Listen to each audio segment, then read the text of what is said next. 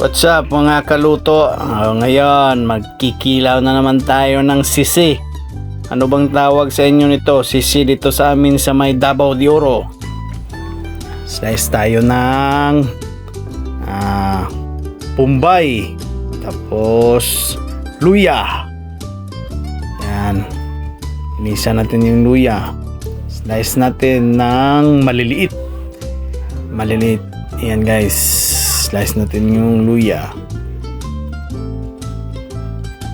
Yan. Yung pino. Yung gusto nyong pinakapino.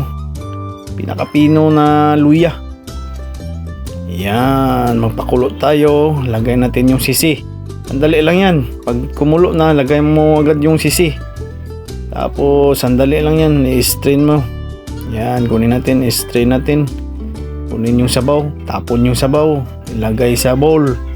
Tapos lagyan ng suka, hugasan natin ng suka.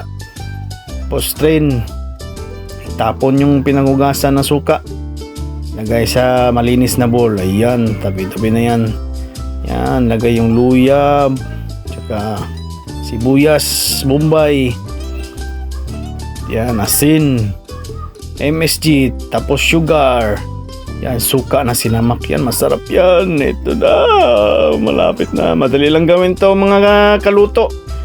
Ayan, sarap niyan. Yan. Thanks for watching.